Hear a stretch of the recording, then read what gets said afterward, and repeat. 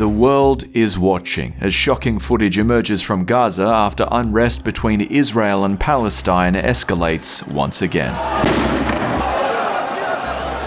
For the civilians caught in the crossfire, the results have been tragic. At least 109 Palestinians and 7 people in Israel have been killed, and the casualties look set to continue.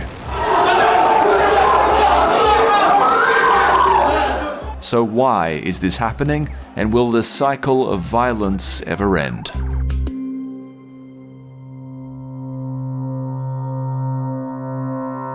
The violent events were sparked over protests around planned evictions of several Palestinian families from a Jerusalem neighborhood to make way for Jewish settlers. But the conflict is just one thread in a painful, recurring pattern that goes back to the founding of the State of Israel.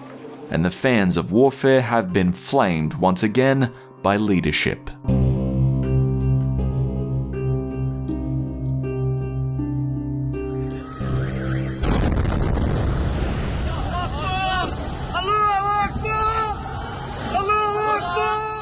Both Israeli and Palestinian leadership have tolerated the intermittent cycle of violence that permeates the Gaza Strip as part of an effort to secure their hold on power. Long-standing political crises on both sides have contributed to the instability. Israel just held its 4th election in 2 years this March. Benjamin Netanyahu was unable to gather a majority to form a government and is essentially a lame duck prime minister. Keen to unite his political assembly, Netanyahu doesn't look to be holding back when it comes to Gaza.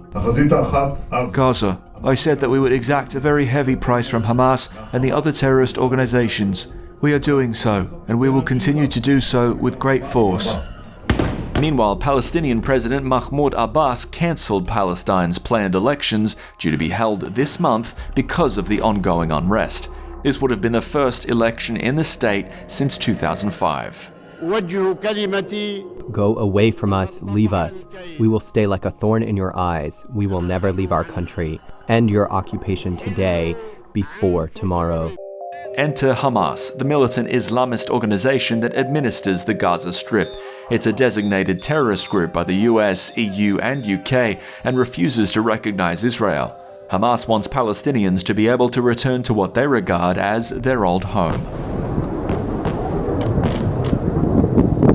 Last week, Hamas fired the first missiles at Israel, escalating the violence to generate domestic political support inside Palestine and pressure Israel economically.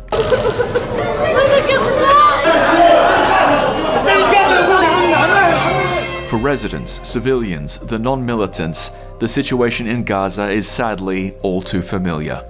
Even if the current escalation ends in a ceasefire, it would simply be a band-aid on a much deeper conflict in which the two states are ideologically opposed and politically motivated to re-escalate over and over again.